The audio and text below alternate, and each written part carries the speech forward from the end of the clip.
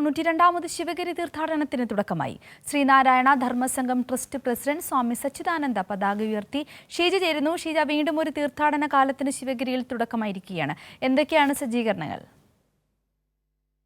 ഏതായാലും 92ാമത് ശിവഗിരി തീർത്ഥാടനത്തിനാണ് ഇപ്പോൾ തുടക്കമായിരിക്കുന്നത്. ഇന്ന് പുലർച്ചെ 4:30 കൂടിയാണ് 4:30 നടന്ന ഗുരുപൂജയോട് കൂടിയാണ് ചടങ്ങുകൾക്ക് തുടക്കം കുറിച്ചത്. അതിനുശേഷം ശ്രീനാരായണ ധർമ്മസംഘം ട്രസ്റ്റ് പ്രസിഡന്റ് സ്വാമി സച്ചിദാനന്ദ പതാക ഉയർത്തി.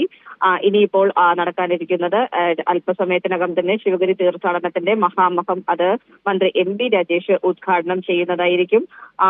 തുടർന്ന് വിവിധ മന്ത്രിമാർ പങ്കെടുക്കുന്ന വിവിധ മേഖലയിൽ നിന്നുള്ളവർ പങ്കെടുക്കുന്ന പരിപാടികൾ ഇതിന്റെ ഭാഗമായി തന്നെ നടക്കുന്നുണ്ട്. നാളെ മുഖ്യമന്ത്രിയും ശിവഗിരി തീർത്ഥാടനത്തിന്റെ ഭാഗമായി ശിവഗിരിയിലേക്ക് എത്തുന്നുണ്ട്. ഈ രീതിയിൽ വിപുലമായ രീതിയിലുള്ള പരിപാടികൾ തന്നെയാണ് നിലവിലേതായാലും ശിവഗിരിയിൽ ഇതിനോടനുബന്ധിച്ച് സജ്ജമാക്കിയിട്ടുള്ളത്. ഇന്ന് പുലർച്ചയോടുകൂടിയാണ് ഇതിന് ഔദ്യോഗികമായ തുടക്കമായിരിക്കുന്നത്.